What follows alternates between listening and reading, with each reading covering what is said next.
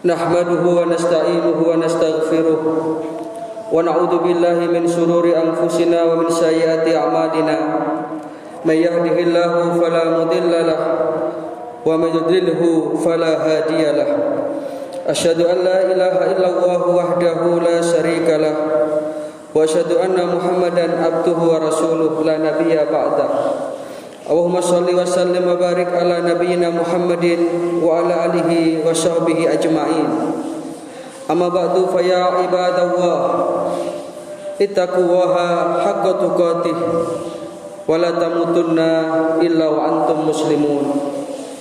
Faqad qala Allah ta'ala fi kitabihil karim, a'udzu billahi minasyaitonir rajim. Ya ayyuhalladzina amanu taqullaha haqqa tuqatih wa la tamutunna illa wa antum muslimun. Ma'asyiral muslimin, sidang jamaah salat Jumat rahimakumullah. Dari hati yang paling mendalam, marilah kita sanjungkan rasa syukur kita kehadirat Allah Subhanahu wa taala atas segala nikmat dan karunia yang telah diberikan kepada kita sekalian. Yang dengan nikmat itu, maka pada siang hari yang penuh berkah ini kita bisa memenuhi undangan Allah Ta'ala untuk menunaikan salah satu kewajiban kita sebagai seorang hamba, yakni menunaikan ibadah sholat Jumat.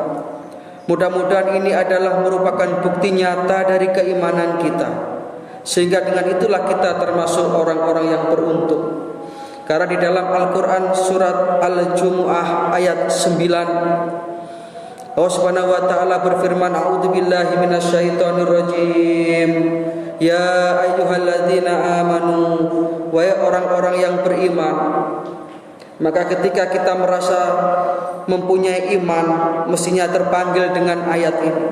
Apa seruan Allah tersebut? Idza nudiya lis-sholati min yaumil jumu'ati fas'au ila dzikrillah wa dzarul bai'.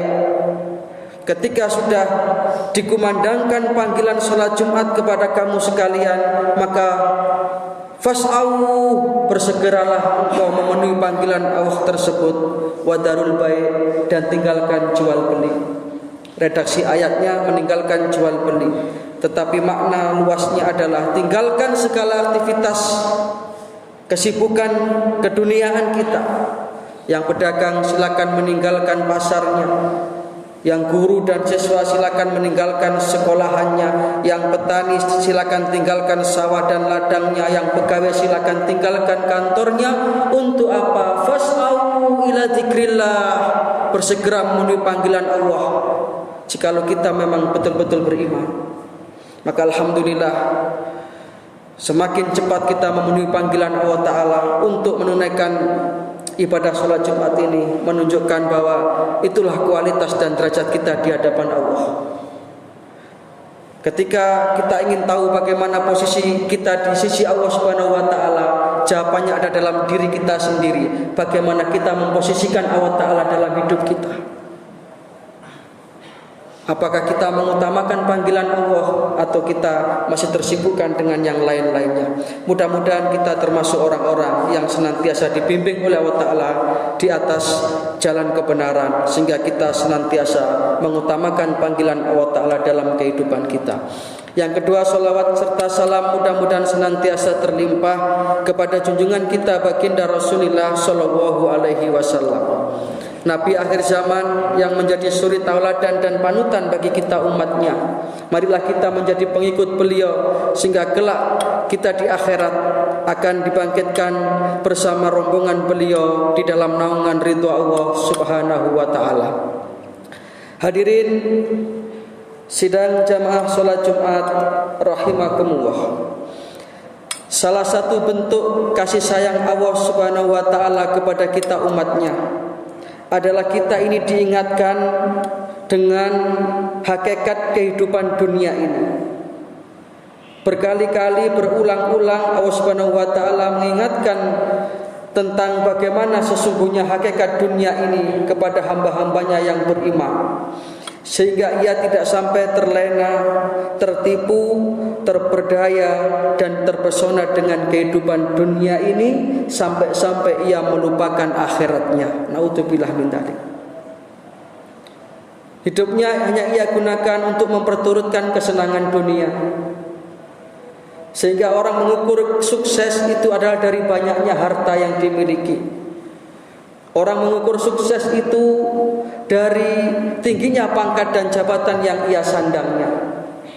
Padahal jikalau kesuksesan itu diukur dari banyaknya harta yang dimiliki, kita tentu faham. Maka berarti kita menganggap bahwa Qarun itu lebih sukses daripada Nabi Musa alaihissalam. Qarun orang kaya raya di zaman Nabi Musa. Bahkan perbendaharaan harta kekayaannya itu ditaruh di sebuah gudang yang cukup luas, yang kunci gudangnya saja harus dipikul oleh seekor onta. Demikian kayanya Qarun. Ketika ditanya orang, "Annalaka hadza ya Qarun?" Dari mana engkau bisa mendapatkan harta demikian banyak wahai Qarun? Sehingga banyak orang terkagum-kagum dengan yang namanya Qarun ini. Kemudian dengan pongahnya dia menjawab, "Hartaku adalah usahaku, karena aku seorang entrepreneur, aku seorang bisnismen yang canggih dalam mengelola bisnis." Tapi apa yang terjadi endingnya? Qarun beserta hartanya ditenggelamkan Allah Ta'ala ke dalam perut bumi.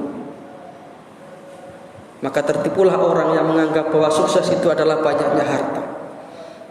Penjelasan seperti ini bukan berarti kita pahami bahwa Islam itu dilarang kaya. Tidak.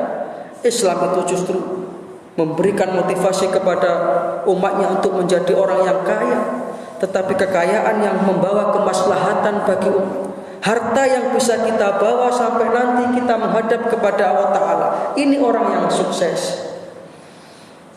Atau juga demikian, kadang-kadang orang itu mengukur sukses dari pangkat dan jabatan yang disandangnya. Maka jikalau demikian kiranya tentu Fir'aun itu lebih berhasil daripada Nabi Musa alaihissalam. Namrus lebih berhasil daripada Nabi Ibrahim alaihissalam. Tapi Al-Quran menjelaskan apa endingnya. Ternyata Fir'aun, raja besar di zaman Nabi Musa alaihissalam, yang ketika itu satu Mesir semua tunduk dan takluk kepada Fir'aun ini, sampai ia pada puncak kesombongannya mengatakan, "Ana rabbukumul a'la." Akulah Tuhan yang ditakuti oleh seluruh orang. Tetapi apa yang terjadi nasibnya? Matinya Fir'aun itu ditenggelamkan di Lautan Merah. Yang Al-Quran mengkisahkan di ketika nyawa Fir'aun sudah sampai di tenggorokan, ketika itulah dia menyesal dan bertobat, tetapi sungguh sudah terlambat. Demikian pula dengan Namrus, raja di zaman Nabi Ibrahim alaihissalam. Matinya itu hanya cukup Allah Ta'ala mengutus seekor nyamuk yang menggigit dia, kemudian terkenalah dia penyakit mematikan. Matinya hanya karena gigitan seekor nyamuk. Maka apa yang pantas kita sombongkan di hadapan Allah? Sehingga di dunia ini saat terindah bagi orang yang beriman tidak ada lain selain ketika sujud di hadapan Allah Ta'ala. Ini yang akan jadi kenangan kita kelak di akhirat. Maka ma'asyiral muslimin sidang jamaah salat Jumat rahimakumullah, perkenankan khotib dalam khutbah Jumat yang singkat ini kembali mengajak kepada diri khotib pribadi dan jamaah sekalian. Marilah kita betul-betul menyadari hakikat untuk apa sebenarnya kita hidup di dunia ini. Apakah kita sekedar menumpuk-numpuk harta, bekerja pergi pagi pulang sore, peras keringat banting tulang untuk memperindah rumah, memperbagus mobil dan lain sebagainya. Adapun kita juga tidak tahu batas usia kita masing-masing. Apakah hanya untuk itu? Maka marilah kita mengubah mindset hidup kita. Kita jadikan di dalam setiap langkah yang kita ayunkan, dalam setiap nafas yang kita hembuskan dalam kehidupan dunia ini adalah sesuatu yang merupakan nilai ibadah. Sehingga kita akan mendapatkan sebuah akselerasi percepatan amal-amal soleh yang akan menjadikan kita orang yang berhak mengibarkan bendera as-sa'adah fid dunya wa sa'adah fil akhir. Bahagia dunia, bahagia akhirat. Bagaimana caranya? Ya marilah kita niatkan semua untuk mencari ridha Allah. Ketika kita mau berangkat bekerja, ke tempat kerja kita masing-masing. Marilah kita awali dengan niat bahwasanya aku bekerja untuk memenuhi tugas sebagai kepala keluarga, mencari rezeki Allah yang halal. Bismillahirrahmanirrahim. Dengan itulah kita berangkat. Maka setiap langkah yang kita ayunkan menuju tempat kerja, bahkan sampai nanti kita pulang, itu dihitung ibadah oleh Allah Ta'ala. Bahkan Rasulullah menyatakan seorang kepala rumah tangga yang ia bekerja peras keringat banting tulang, maka selama dia bekerja sampai nanti pulang, apa kata Rasulullah? Wa huwa fi sabilillah. Orang itu adalah orang yang sedang berjihad di jalan Allah. Tetapi sebaliknya, orang yang bekerja dengan niat untuk menumpuk-numpuk harta, untuk kemudian bermewah-mewah dan bermegah-megah di dunia ini, tujuannya adalah untuk menyaingi tetangganya. Tetangga saya punya mobil baru, saya harus bekerja untuk bisa mendapatkan mobil yang lebih baik dari itu. Maka selama dia bekerja, apa kata Rasulullah? Wa huwa fi sabili syaitan. Maka dia berada di jalannya setan. Na'udzubillah min dzalik. Ketika kita bekerja kemudian di malam harinya capek, selama capek itu terasa di dalam tubuh kita, capek itu adalah merupakan kesibukan kita karena mengharap ridha Allah selama siang hari, maka selama capek itulah dosa-dosa kita berguguran. Sehingga dengan demikian potensi kualitas hidup kita itu akan berubah dari wawasan keduniaan menjadi wawasan keakhiratan. Mudah-mudahan kita senantiasa dibuka mata hati kita oleh Allah Ta'ala untuk mampu memandang masa depan kita yang paling depan, yaitu kehidupan akhirat. Dan ad-dunya masyura'atul akhirah. Dunia ini kita jadikan kesempatan dan peluang emas untuk mengumpulkan bekal akhirat kita. Kita bekerja semata-mata mengharap ridha Allah Ta'ala. Kita solih dan solihakan putra-putri kita. Kita didik mereka dengan agama. Itu yang akan jadi investasi akhirat kita. Kita sakinahkan keluarga kita. Itu akan menjadi surga kita di dunia sebelum nanti surga di akhirat. Mudah-mudahan yang sedikit ini ada manfaatnya. Mudah-mudahan kita senantiasa mendapatkan taufik dan hidayah, amal ilmu rezeki yang barokah. Dan akhirnya kelak kita memungkasi perjalanan kita hidup di dunia ini dengan membawa iman Islam husnul khatimah. Inna ahsanal kalam kalamu wahil malikil mannan wa huwa subhanahu wa ta'ala yaqul wa bi qawlihi yahtadil muhtadun wa idza quri'al qur'anu fastami'u lahu wa ansitu la'allakum turhamun. A'udzu billahi minasy syaithanir rajim. In ahsantum ahsantum li anfusikum wa in asa'tum falaha. Barakallahu li wa lakum fil Qur'anil azim wa nafa'ana wa iyyakum bima fihi minal ayati wa dzikril hakim wa qur rabbighfir warham wa anta khairur rahimin.